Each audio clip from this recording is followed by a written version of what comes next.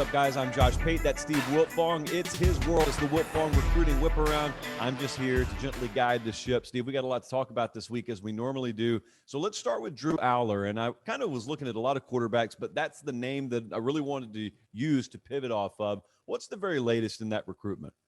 Well, Josh, our top 7 quarterbacks in the recently updated top 247 for the 2022 class are off the board. Drew Allar is number 8. He was a big riser last week. He's in our top 100 right now. And I think he too could soon come off the board. And I'm keeping an eye on 2 schools right now. I think one is clearly the one to beat as we record this right now. Penn State. No coach has done a better job recruiting Drew than Mike Yurcich, who had him on the radar when he was an assistant at Ohio State. That relationship carried over to Texas. And now that he's in Happy Valley, there isn't a player that he's gone harder for than Drew Allar, who had a tremendous junior season and is just one of the more talented throwers of the football in this class. So I love where Penn State stands. Who's the hurdle for them? It's Notre Dame. Notre Dame has recently offered Drew Allar. They're giving him pause. They're giving him things to think about. I'm told that there may be a Zoom with Brian Kelly on Thursday, so that could be influential in what Drew ultimately ends up doing. But right now, I like Penn State, and they just got to hold off Notre Dame and bring this into the finish line. Josh Burnham was a name you and I were talking about right before we started recording, and it's always fun for me to ask, who are the players involved here? And you mentioned Michigan there, you mentioned Notre Dame. So what's the very latest on his recruitment? Yeah, so Josh Burnham's another top 100 recruit from the state of Michigan. And Michigan, for much of the process, had been considered the one to beat. But I think it's Notre Dame that has the momentum for Josh right now. And my 24/7 Sports crystal ball reflects that. Notre Dame is the number 8 recruiting class in the country. Drew Allar would be a monster coup for them if they could land him. And Josh Burnham certainly would be a big get for them to go up into Michigan. He's from Traverse City and beat the Wolverines for Josh. And I think that Marcus Freeman, Notre Dame's new defensive coordinator, has done a tremendous job in this recruitment, and so has Brian Kelly down the stretch. He's had multiple conversations with the Irish head coach, and Notre Dame is really recruiting at a high level on the defensive side, particularly on the second level. If they can bring this thing home with Josh Burnham and they're in the middle of it, I think they're the one to beat for the best linebacker in Chicago, in Sebastian Cheeks, who's another highly recruited kid. So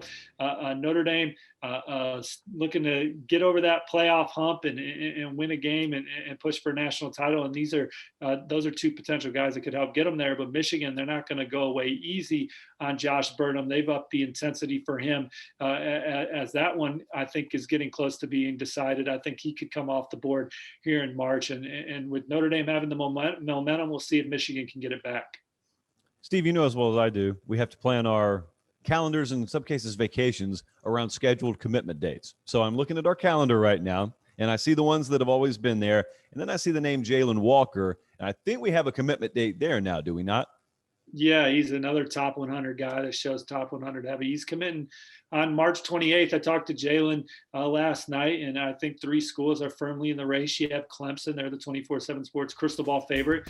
You have Georgia. They're in the middle of it for everybody all the time because they do such a good job from top to bottom on their staff. And then you got North Carolina, and the Tar Heels have just done a terrific job under Mac Brown, and he's one of the absolute top targets on the board for North Carolina.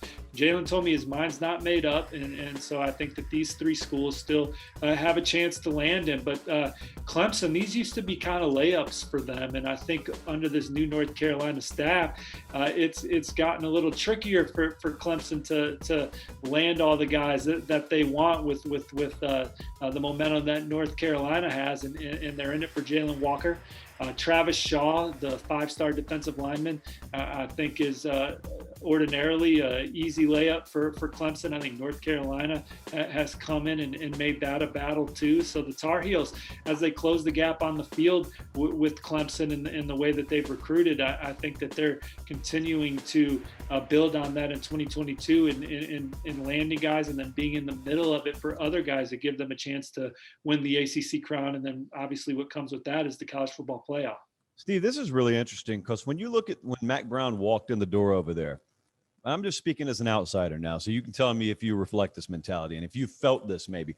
It always felt like to me as Clemson having that top dog mantle in the ACC, everyone else kind of subconsciously took a number and they got in line. Well, then when Mac Brown came in the door, they did anything but. They took Clemson to the wire on the field their very first year, and then they put together a really good staff. And we saw what they did in state this last cycle in recruiting, and it just feels like North Carolina has looked around and said, if no one else is going to step up and challenge, we're going to do it. And now you're telling me, so I'm talking about on the field, now you're telling me that's kind of being reflected in some of these recruiting battles that used to be, as you said, virtual layups for Clemson. It's not that the Tigers still aren't getting their fair share, but man, like, it sounds to me like what you're saying is validating a lot of what I felt about sort of the energy and even synergy with recruiting and on-field product around the North Carolina program. Well, Clemson certainly, as you said, recruiting great classes. They've been in the top 5, and you look at the average ranking per commit, they've been top 3. But what's making North Carolina competitive is they've had top 20 classes, but the ceiling of those classes are even higher. They go out and land Jabari Ritzy in the 2021 cycle, who's a guy who was a top 100 defensive lineman for us.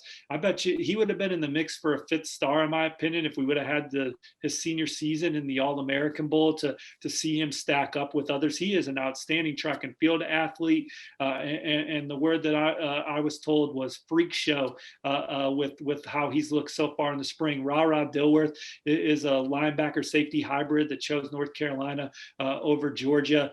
4.4 speed documented in high school, just outstanding film. The question on Ra Dilworth was size, weight. I'm told he's put on 15 pounds in 7 weeks since he's been at North Carolina, being on their strength and conditioning program. And if you just look at the way North Carolina's recruited, the very first thing Mac Brown did was come in and flip Sam Howell from Florida State. Sam Howell is now arguably the best quarterback in college football coming into the season. Am I right?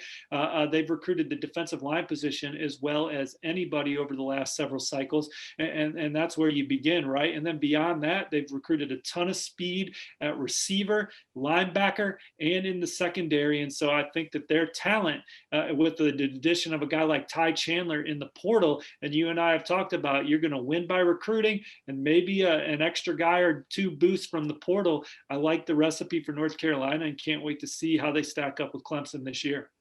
There's no endorsement quite as strong as the Wiltfong endorsement. He is Steve Wiltfong. This comes to you every week, the Wiltfong Recruiting Whip Around. Keep it locked on 247sports.com for all the latest. Steven, I'll see you next week, brother. Take care.